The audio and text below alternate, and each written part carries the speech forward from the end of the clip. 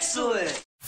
Hey guys, and welcome back to CES 2017 coverage here from Las Vegas, Nevada. This, I believe, is my last video covering this event. So if you've enjoyed my coverage so far, hit the thumbs up button. Let me know, because it's been a long week. We've got a lot done, but it's been good times with good friends and good people like Steve here. He's been joining us. Steve is playing on the Doom demo going on behind me, but I'm getting ahead of myself. I need to start off by thanking my sponsors, Gigabyte, Deepcool, as well as OCZ, a Toshiba company. Thanks to you guys for sponsoring my CES 2017 coverage. And if you guys are watching and want to say thanks to them, click their links down in the video's description below. Now, since we're at AMD, we of course are going to talk about two things. Zen, now known as Ryzen, if you're looking at the chips that's actually going to be sold to people, and VEGA. And let's start with VEGA, why don't we, since they're actually showing off this demo finally. What Steve is doing is playing Doom in 4K. It's running on the Vulkan API, and he's doing so with a Ryzen CPU, the 8-core 16-thread chip that they've already been talking about and teasing and showing some performance of, and a VEGA graphics card. So based on the VEGA architecture, we know nothing beyond that as far as additional specs. There is some information that has just recently launched about VEGA, and it's really a little bit too much for me to dive into for this type of video, but let's just say there's a lot of excitement around it, but we still don't know when it's going to come out. But we at least know that it works. This system is like completely enclosed and taped off. There's a little bit of fan intake at the front, but as a result, they have the fan on the actual GPU in there running at 100%, but it's managing to hit 60 to 70, sometimes upwards of 70 frames per second at 4K. And that's pretty insane, because Doom is a challenging game to run, even if you're using the Vulkan API. And it's good to know that we already have live demos of VEGA achieving this type of performance in this type of game. So it's going to be an excellent successor to Polaris, we already know, but more information hopefully will be coming out soon from AMD, like pricing and availability and when it's going to come out and what types of chips are based on it and stuff. But let's move on, because we have more Ryzen stuff too. We actually have AM4 motherboards. Look guys, actual AM4 motherboards. I believe these are going to be close to the finished product, but there might still be some changes going on. And I'm starting off over on this window because these are motherboards that are maybe from vendors that are a little bit less common, or maybe you haven't heard quite as much from before. BioStar you've probably heard of. They're around in the US, although not quite as well known as, say, MSI or Asus or Gigabyte. But they have a couple boards here. They look like they're going with a racing theme. But you can see some of the information about AM4 just by looking at it. Of course, the socket itself right up there. And what we now know about the AM4 socket is you are going to need to potentially upgrade your CPU cooler if you go for this, if you want to try to use one of your older coolers. Now the good news is, if you're using one of the typical AMD coolers that uses the latches or the little clips, the catches that are on the top and bottom there, you can still reuse that. So the stock ones will still work. The difference is the bolts where they go through the board on the top and the bottom are now a little bit wider. So if you have a CPU cooler that requires a back plate, you're going to need to basically update the mounting solution. So some CPU cooler vendors are actually updating their existing CPU coolers, and some of them, like we already know, Noctua, will just like send you out a new bracket for yours, which is cool. So good guy Noctua giving you an upgrade for your CPU cooler, and you don't need to buy a completely new one. Of course, if you have something like a Wraith, you can just drop it right in there. Here's another one from BioStar. This is a B350 GT3. The one we were looking up here is, I believe, an X370 chipset, although I've completely lost track of where the title is. Who cares? We'll move on. Anyway, down here we have this one, which I do know is an X370. This is the BioStar X370 GT7.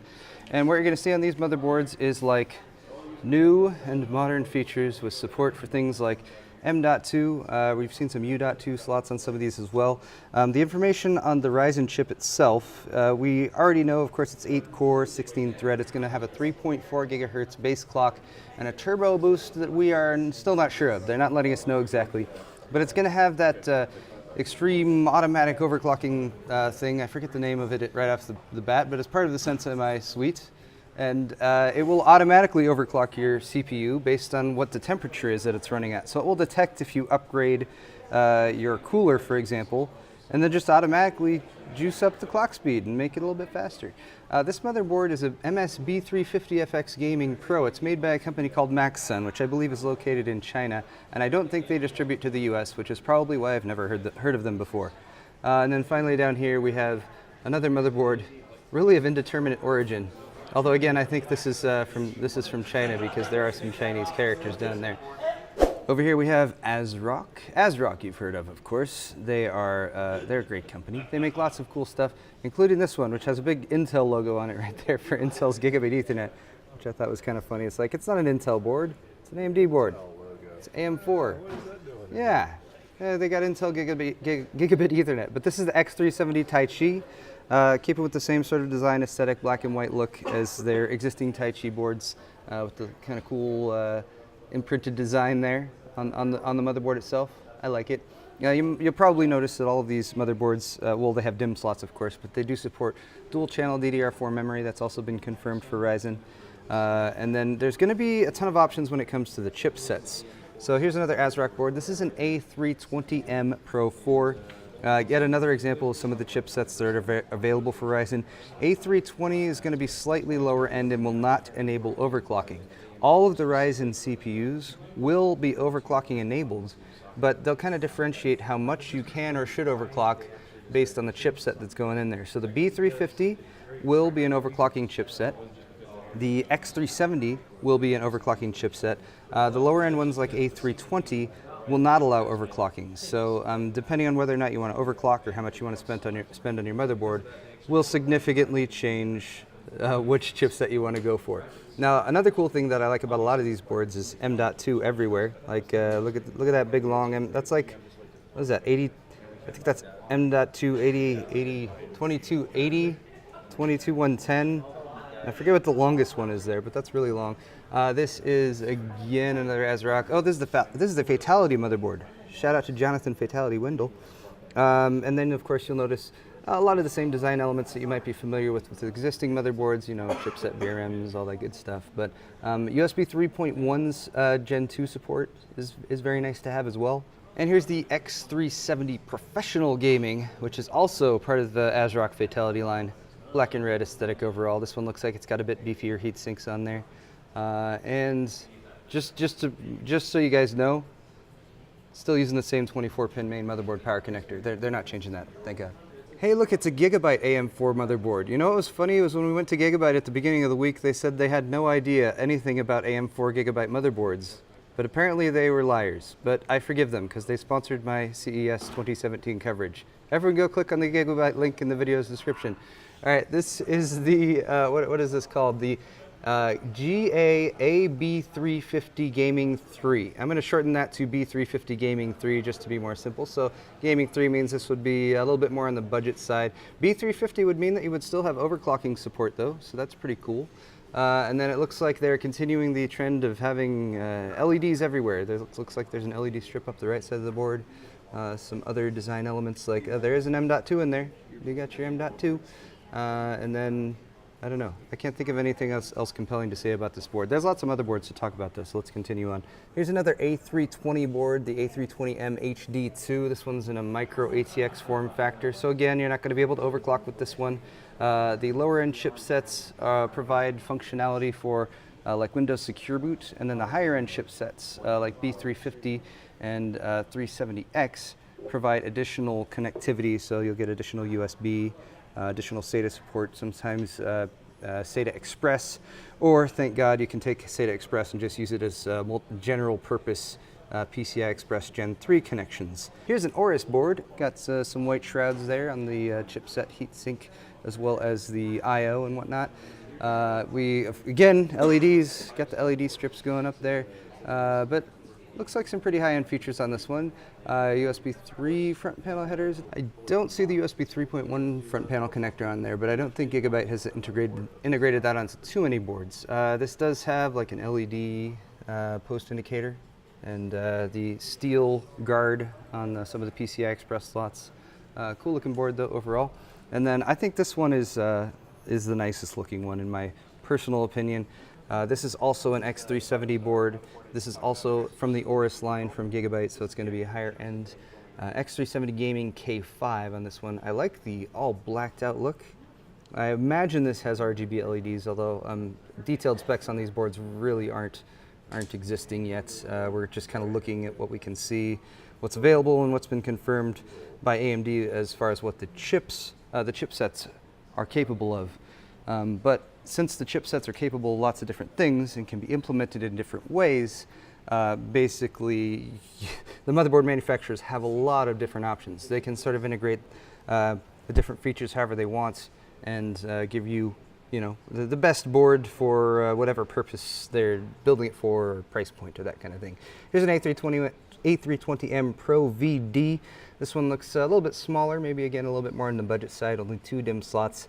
Another thing you might notice, conveniently so from this MSI motherboard that has fallen off of its spot, is that a lot of these have video outs. Now, it has also been confirmed that the Ryzen chip will not have an integrated GPU, but there are APUs that are compatible with FM4 that will be slotting into this. And I am told that there will be 7th gen APUs, the ones that exist right now, that will be reconfigured to slot into AM4. And then later in the year, we'll actually get the Zen-based APUs, and those are going to come out for desktops as well as for laptops, because that's really going to be their push on the laptop side, is the APUs with the integrated graphics. And I'm sure there's going to be lots of exciting stuff about that, but we're probably not going to hear about that till the second half of 2015. Anyway, this is a B350 Tomahawk. I actually showed this a little bit in my video covering MSI, so check that out for a little bit better view of that one. And then here's a B350M mortar. Again, one of the boards that we saw over at the MSI booth. And then finally the X370X Power Gaming Titanium. Just looking real pretty there. I think it looks pretty. You know what else is pretty? Friends having a conversation. It's like Scott and Kyle back there, which I can't seem to focus on. Now, before I leave you guys, I wanted to show you a quick montage of really awesome system builds. That's something that I really enjoy doing at trade shows, because you get really cool systems that you don't often see, and they're lit up and all that good stuff. So one of the things that AMD has done with Ryzen is they wanted to show off just how enthusiastic a lot of the system integrators are, whether they're big system integrators or small system integrators. They all want to build some Ryzen systems for you guys. So the wall back there has a complete line of system integrators, a lot of small ones too, which I thought was pretty cool. Some boutique builders who have built ready to go Ryzen systems that you can just purchase straight up if you don't want to build your own. So here's a quick look at those. But of course, thank you guys so much for watching my coverage of CES 2017. I really appreciate it. I've had a great time this week. Thanks to anyone who has come up and said hello. There have been quite a few people who have introduced themselves. You're all awesome and super friendly, and you're great. Also, big thanks to Kyle, working the camera back there. We've been touring around, and he's been doing a great job. Shout out to my editor as well, Joe. You're doing a great job, Joe. Thanks for editing all of my videos for this week. That's all for my coverage of CES 2017, though. Big thanks again to my sponsors, Gigabyte, Deepcool, as well as OCZ. And thanks for watching, guys. Big thumbs up on the video down below. Comments, and let me know what you think about these new Ryzen boards, as well as all of the teases about VEGA, which we're super excited about. And here's some epic system builds to end my CES coverage 2017. We'll see you again soon.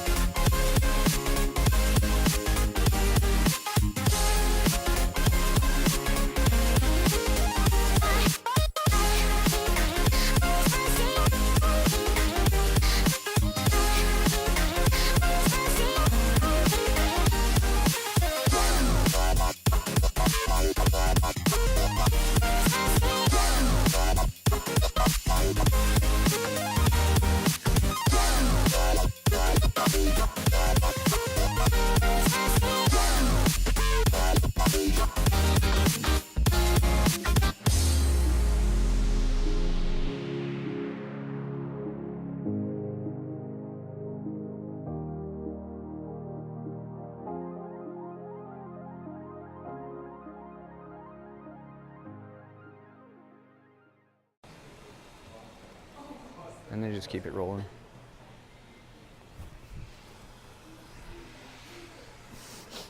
Okay.